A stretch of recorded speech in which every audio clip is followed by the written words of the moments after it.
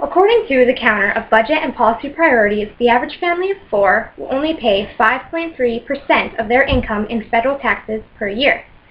This does not seem like a big number, but it is 5.3% higher than the amount of taxes that inmates being held in prison have to pay. Does this seem fair to the average American taxpayer? Americans that are not in jail work hard for their money. They have to pay bills, they have to give up money for taxes. People who have committed crimes do not have to do these things. They get to live in a heated and air-conditioning building without paying rent. They receive free food.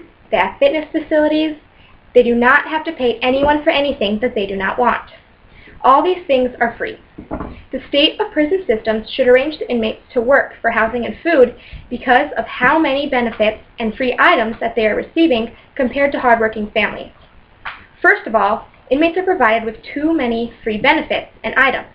After being released, most inmates actually return to prison to receive these benefits, again, because they do not succeed in the real world once they are released.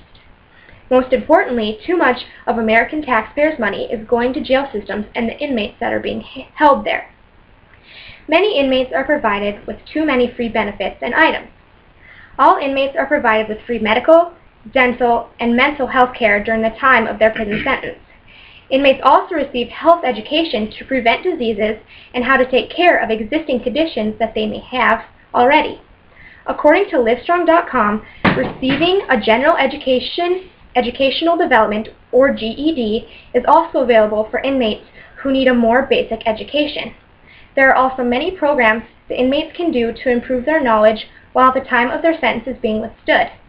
Inmates that are on good behavior also get to have access to an exercise ground, a library, a church, an infirmary, and even a gym. Most of these benefits and items which are received by inmates are not being used effectively. Released inmates who receive a GED could go on and try to get a good job, but after being released, most inmates return back to jail. To some inmates, jail is like home to them. Most inmates who commit new crimes do so in their first months after being released.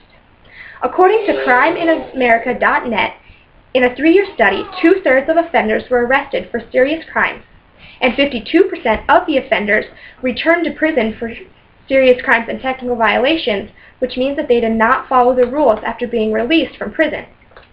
Released felons go to neighborhoods where rent is cheap and work is hard to find. Just leaving their house to get a cup of coffee could risk the felon parole violations by just making some sort of contact with another felon. Once the inmates are back in the jail system, they receive the benefits that they once had in their previous sentence. Some of these inmates have been released, even return to prison because they cannot find a job and are struggling in the real world.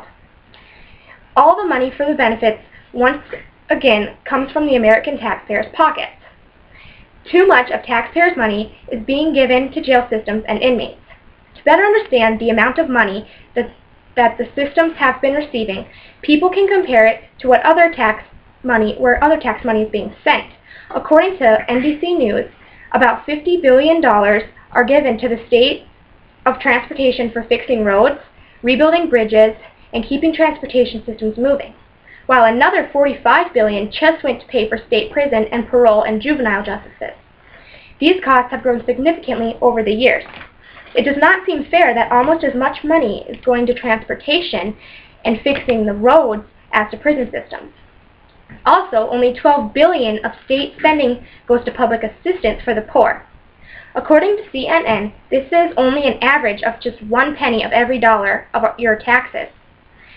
Out of the amount of money that is being taken from taxes, which individuals only have to pay the prison and court systems $30, this may not seem like a lot, but this could be $30 in taxpayers' pockets that could add up and go to bigger and better things after many years. Prison systems should arrange the current inmates to work for their housing and food to receive the free benefits that other people are paying for. Prison inmates are provided with many free benefits that they do not have to work for. Once these inmates are released on parole, many of them violate it or fail to comply with the rule or agreement and return to jail.